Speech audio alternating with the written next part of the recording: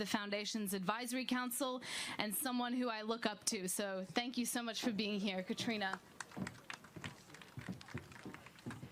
Good afternoon, my friends. It's been a long program with a lot of speakers, so I'm going to be very brief. In some senses, my real claim to fame here today is that I'm the daughter of Congressman Tom Lantos.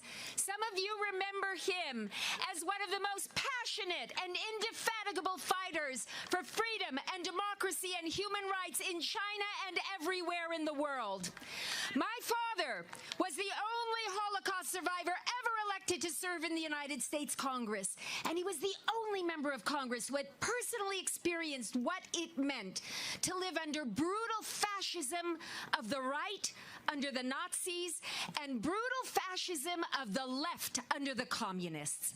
And he understood better than perhaps any person in the United States government that America can be a great power, but it cannot be a great nation unless it stands for its most fundamental values. And America, when it comes to China, has not stood for our most fundamental values. I am sick and tired of American political leaders of the right and the left giving a pass to China when it comes to their outrageous, brutal repression of all of the communities we've heard about today. It is not right. It does not represent who we are as a nation, and we must demand no more free pass for China.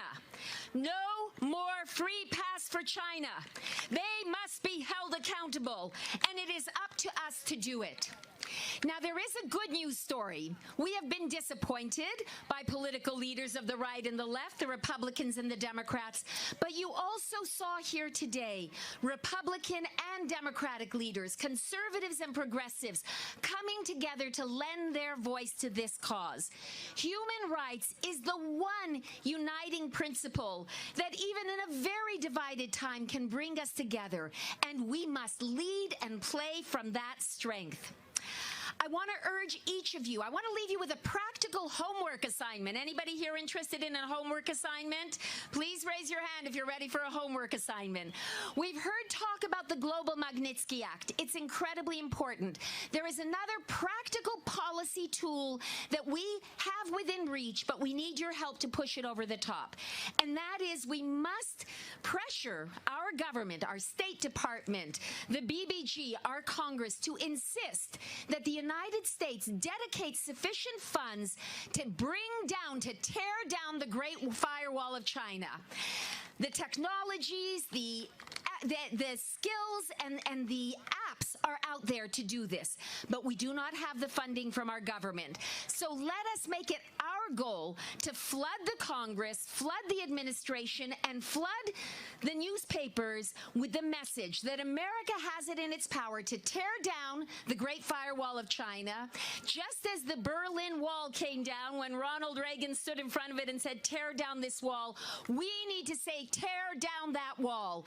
And that will be an incredible tool to bring about freedom and reform in China. I'm going to close with a beautiful quote from the pastor of the Early Rain Church, Pastor Wang Yi, who currently languishes in prison, because it gives me hope, and I hope it gives you hope too.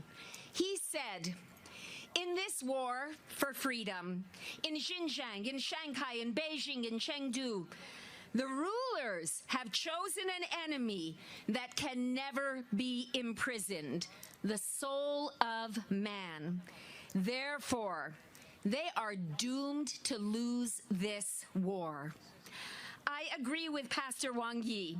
There can be no question about the ultimate triumph of freedom and human rights in China. But a question remains. What side will we be on?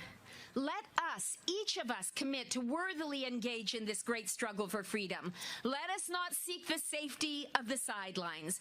And let us not doubt that the outcome of this struggle will be victory for freedom, for democracy, for human rights, and for the people of China. Thank you very much.